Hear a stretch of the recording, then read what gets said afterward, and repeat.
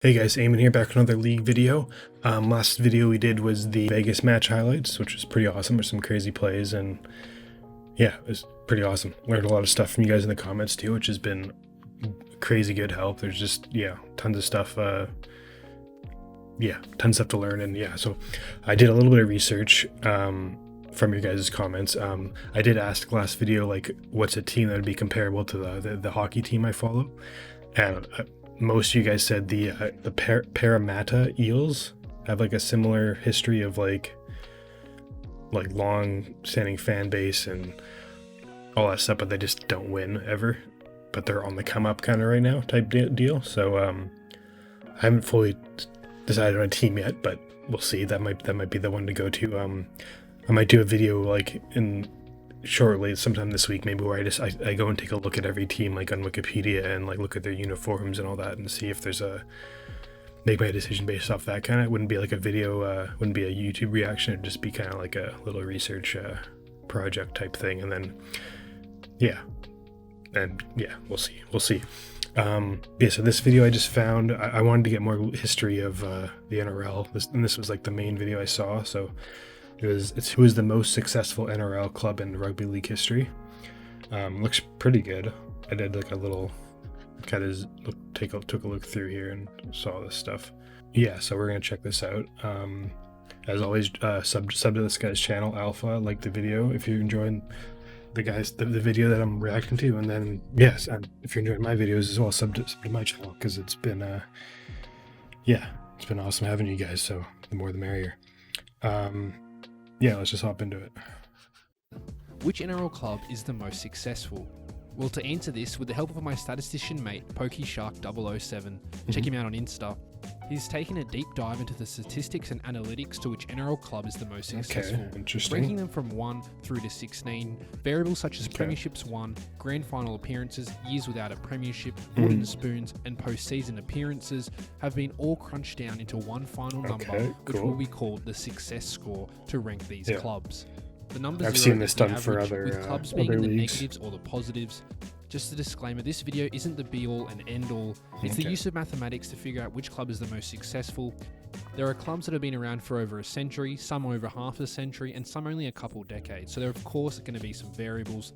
All right, let's get into the first team. At number 16, we have the Gold Coast Titans with a success score of negative 1.800. Any Titan fans in the comments? Seeing that they are the newest NRL franchise. Oh, they're newer? Okay. But this really works both ways, as clubs that have been around for an eternity with little success are low on this list as well.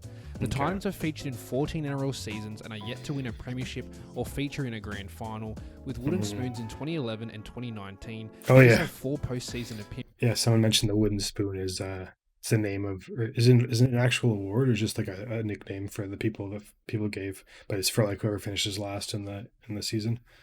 It's pretty funny. Titans fans have had really little to cheer about. Making the finals only 26.7% of the time in their 15-year history, this marks the second lowest postseason appearance percentage in the NRL. At number 15, we have the New Zealand Warriors with a success score of negative 1.537. So there's New Zealand teams. The Warriors have been close, appearing in the grand final on 2 separate occasions, and have won a minor premiership in 2002. Led by the likes of Stacey Jones, Ivan Cleary, and Monty Beetham, New Zealand hasn't been really close to their dominance in 2002, outside of that grand final appearance in 2011. Making the finals 29.6% of the time, they've only appeared once in the top 8 since 2012, and have had the added adversity of relocation the past 2 years. Oh, they've been relocated twice? For the Warriors, they are yet to receive a wooden spoon. Are they still in New Zealand then? Or are they At number 14 is the Cronulla Sharks with a success score of negative 1.173. Considering the recent success of the Sharks in 2022, it may be hard to see the Sharks so far down on this list. Okay, so they're not as bad now. 2016 were without better. a title for their previous 49 years. Their championship to seasons played ratio is one of the worst of any NRL team, and by a considerable amount. Wow. They have appeared in 4 grand finals and 22 postseasons in their club's history, with some of their most memorable sides being their 2016 side, the teams in the late 1990s, 1973 and the 1978 side. Okay. Lucky for Sharks fans, it looks like their side is about to enter a period of success under Craig Fitzgibbon. Yeah, I was still a little confused on like the leagues before the NRL. Yeah, if there's mail, just I'll look that up on Wikipedia, I guess, right after this, but that might be good. Yeah, because I was a little confused when I was looking at all the different leagues and championships. I know some of you got a little bit mad at me for I said one of the more successful teams is like not successful just because I was looking at their NRL stuff only when they'd actually won like a ton before the NRL. So apologies, but yeah. Yeah, we'll take a look at that after. Okay. At number 13, it's the West Tigers, with a success score of negative 1.045. It's honestly surprising that the Tigers aren't lower on this list, considering they've not appeared in a final series since 2011. On a drought of 11 years from the postseason, with only 3 postseason appearances in their 22-year history at the club, their record is pretty woeful. Wait, Their what? premiership in 2005 in their single grand final appearance, though, does save them, as Benji Marshall and Scott Prince led the merger club to an unlikely premiership victory. Their ability to evade the wooden spoon has also helped them on this list. Success has been barren for the Tigers, but their premiership keeps them from being anywhere lower on this list. Okay. At number 12, it's the North Queensland Cowboys, Cowboys. with a success score of negative 0.796. Oh, man. Why am I so Introduced tired into right the now? rugby Sorry, league guys. in 1995, Sorry for the yawning. things didn't start particularly well for the expansion side. With 2 wooden spoons in their first 3 years, the Cowboys struggled mightily. Brought into the competition at the same time as the New Zealand Warriors, the Cowboys have had clearly the better fortunes. Grand finals in 2005, 15 and 2018 were all great seasons for the club, with that memorable 2015 premiership win a franchise highlight. They waited 20 years for their first and only premiership, and will be hoping that that wait isn't as long for the next one. How to do more hockey comparisons, how much is like a premiership valued to fans compared to like winning like the grand finals? Because in hockey there's like, it's called the President's Trophy, and that's when you finish first in the regular season, but people don't care about that like at all. Like it's not even, I don't know anyone that would ever like really even celebrate it. It's like, cool, like you got first, okay, the only thing that matters is winning the Stanley Cup playoffs. So is that similar in rugby, or is it more people care more about it? Because yeah, let me know. I'd be curious to know if people value that high. At number 11, it's the Newcastle Knights, with a success score of negative 0.412. The Knights have been either good or woeful. In their 34-year history, 16 of their seasons have ended up in the postseason, whilst 4 of them have finished them on the bottom of the ladder, winning the wooden spoon. Between 1997 and 2003 would have to be the club's glory years, as they were led by the legendary Andrew Johns. Since the 2001 premiership, the club has perpetually struggled. With wooden spoons in 2015, 16 and 17, it's been 20 years since their last premiership, as fans will be hoping they can turn it around, as the club has basically struggled for the last decade. Based off the way this guy's talking, I think people do value the premiership, it sounds like. With 5 grand final appearances in their first 15 seasons, if this trying to find was a made uniform in too that I 1995, it would be like. safe to say that I'm they a would be big near the top.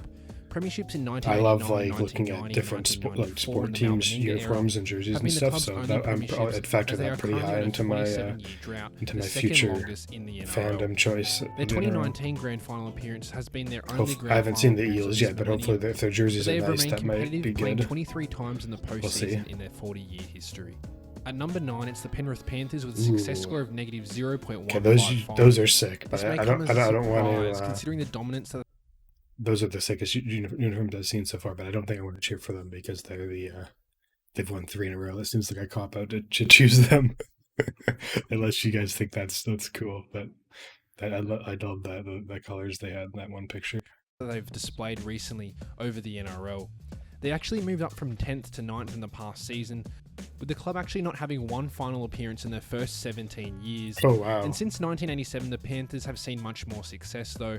With 1 premiership in the 90s and 1 in the 2000s, the Panthers have made the finals fairly consistently over the past 2 decades. The past 7 seasons would have to be the club's most successful period, appearing in the finals in 5 of the last 7 seasons, and a premiership, of course, in 2021. With a young crop of elite stars and they keep saying the finals, but then the grand finals. Is that different? Like, is there? I've heard playoffs, finals, grand finals. Is there? I'll look that up after. Actually, yeah, we'll look that up after, as well as the leagues before. In Sydney, I'd expect this side to keep rising up this list in the coming years. At number 8, it's the Parramatta Eels, with a success score of negative those are 0.153. pretty nice. Just edging out the Panthers by Reminds me of Sweden. are the Eels, whose success primarily comes from their late 1970s and early to mid 80s. Okay, so they were good in led the by 70s, Sterling, 80s. Kenny and Price during this period. Okay. They would appear in 7 grand finals, winning 4 of them, and since the turn of the century, the Eels haven't been terrible. Sure, they have had low points like the Wooden Spoons in 2012, 13 and 18, and were runners-up in 2009 and 2001, and have shown that they have been... I feel like 3 wooden spoons in like the 2010s is pretty bad, but let's see. Competitive. They would make the finals 7 times between 2000 and 2010, and have made the finals the last 3 seasons, but also have the most wooden spoons. Yeah, so it sounds like the finals does sound like it's playoffs. I'll look it up after, but yeah, that's what it's sounding like. NRL history with 14, 6 more than the next worst club. At number 7, it's the St. George Illawarra Dragons with a success score of negative 0.043. Since the Illawarra and St. George merger in the 1999 season, the Dragons have been relatively successful. With a runners-up in their inaugural season and a premiership in 2010, the Dragons fans can't complain being one of the more successful teams that have entered in around the late 90s. It's safe to say that their club's first half of their history has been much better than their second half. Names like Mark Gasnier, Matt Cooper, Nathan Blacklock and Jamie Soward were integral during this period. In their last 11 seasons, they've I'm not a big fan of 3 times, making it no not further a big fan than of the red second as a round. primary At color, number so 6 is the Canterbury Bankstown Bulldogs with a success probably rate take of them out of the running for a potential 0.397. team I It's cheer the for. first team with a positive score on this list, and another side with the success has majorly come from the pre-NRL era. The Canterbury Bankstown Bulldogs' 87-year history has had a total of 8 premierships, with 2 of them coming before 1942, a long while ago. In saying this, it would take them 37 this years is more to of win like their next a premiership. In a period long-standing team, and they're not as good. Like during the mid-80s and in 1995, the Bulldogs were led by legends like Terry Lamb and Steve Mortimer, but have still seen considerable success in the NRL era. With a premiership in 2004 and a grand final appearance in 2012 and 2014, the last 6 seasons have not been at all kind for the Dogs, though. They've been bad recently. Largest finals drought in the NRL currently.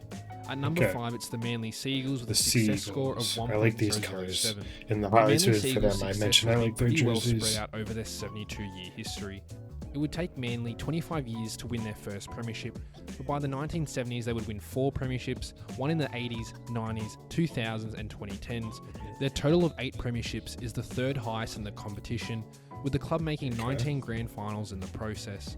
Club legends like Jeff Tuvey, Bob Fulton and Steve Menzies have carried this club through its history and are why Manly remains so high on this list. At number 4, it's the Sydney Roosters with a success score of 1.092. There are little doubt that the Roosters these ones remind me of the France. quality of the sides that they've had in recent France years. Jerseys. They are and also colours. the oldest club on this list, founded 114 years ago in the Super old inaugural club, Rugby League Premiership. I'm very aware that the club played in a competition that only consisted of 8 sides. It was very, very different to what we see today. Okay, that's actually a good comparable then to the hockey team I follow, the Leafs. They've won the second most, the Leafs. They've won the second most titles, but they were all won when the NHL was only 6 teams. So people don't like... Yeah, the last time they won was 1967, so it's kind of like a running joke where it's like, yeah, you've won, but you're like, you only won when, like, there's only 6 teams, so it's not like, not that impressive, I guess. So that's, the Roosters might be, I'll add them to the potential list. The Eels and the Roosters, I guess, for now will be the 2 teams. Actually, and the Sea Eagles, because their jerseys looked really cool too. But let's see. The Roosters were not without their years of drought though as well, going 29 years without a premiership between 1945 and 1974. The Roosters carry the record for most minor premierships in rugby league history with 20, with 15 of them resulting in premierships. At number 3, it's the Brisbane Broncos with a success score of 1.103. Oh yes, someone mentioned I was saying that I was calling them Brisbane, I think, but they're the Brisbane Broncos. Contrast to the last few clubs mentioned, the I've been saying that wrong my whole life then. Seasons and are relatively I don't say Brisbane very often, relatively but early into the club's existence. I've always thought it was Brisbane. Premierships all throughout the 1990s. They were the leading side throughout the 1990s, winning in 1992, 93, 97 and 98. Wow, this was undoubtedly the golden age for the club. Gordon Tallis, Alan Langer and Shane Webke are just some of the legends of this era, and are really some of the players that laid the platform for the club. After the final premiership in 2006, things have definitely changed for the side. It's been a 15-year drought for the Broncos, and they've experienced their first wooden spoon only 2 seasons ago. Okay, It's so safe to say that they're the not Broncos doing fans have good been more lately than at all. spoilt though, making the finals 28 of the last 34 seasons with Nice, 4 minor okay. premierships. At number 2, it's the South Sydney Rabbitohs with a success Rabbitohs. score of 1.147. I love the name Rabbitohs, but I'm not a fan of these jerseys at all. So sorry if there's any Rabbitohs fans in the comments. Just something about them bugs me. They're like Christmas tree jerseys or Christmas jerseys. I don't know. Premierships The and name grand is really final cool though, appearances for any Rabbitohs. club in the history of the sport. You would think the Rabbitohs were winning regularly, winning all but one of their premierships before 1971. They have suffered as a fan base, with them being at number 2 being quite misleading. The team would not make the finals from 1989 to 2007 and have had the second highest wooden spoons in the competition.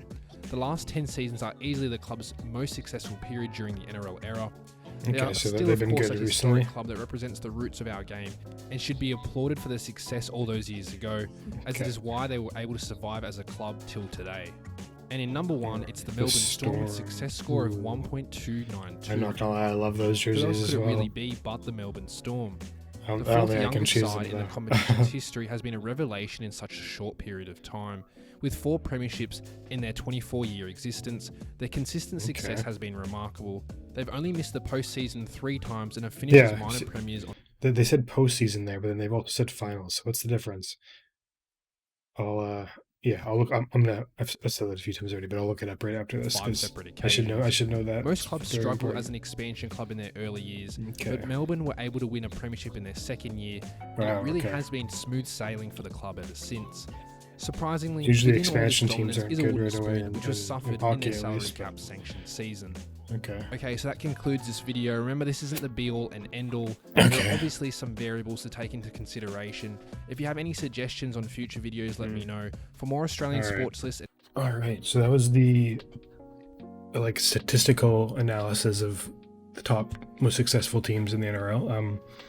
Yeah, some interesting stuff there. Definitely was a good video to use as research for my potential team I follow. Yeah, so let's check out what was I going to check out? The NRL Wikipedia.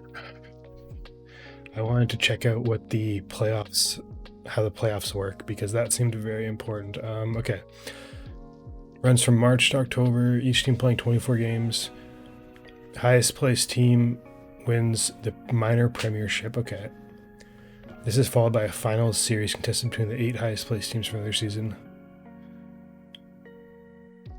Okay, so yeah, so I think the final is the finals are the same as playoffs.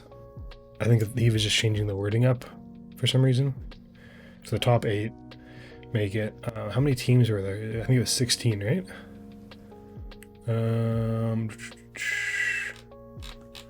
I believe it. They said 16 teams. Yeah, 1, 2, 3, 4, 5, 6, 7, 8, 9, 10, 11, 12, 13, 14, 15, 16. Or 17? Did I count wrong? 1, 2, 3, 4, 5. No, 17. Okay. Is that new? Oh, here we go. Okay, this team is an expansion team, the Dolphins. Ooh, maybe that might be a good team to follow if they're a brand new team. Let me see these guys. Huh.